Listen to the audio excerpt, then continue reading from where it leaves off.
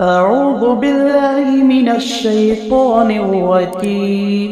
بسم الله الرحمن الرحيم.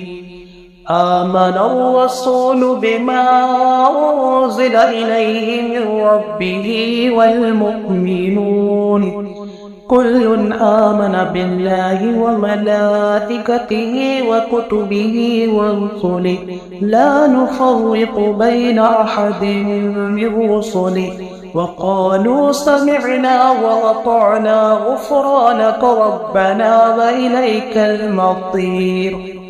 لا يكلف الله نفسا إلا وسعها لها ما كسبت وعليها ما اكتسبت ربنا لا تؤاخذنا إن نسينا وخطأنا ربنا ولا تحمل علينا إصرا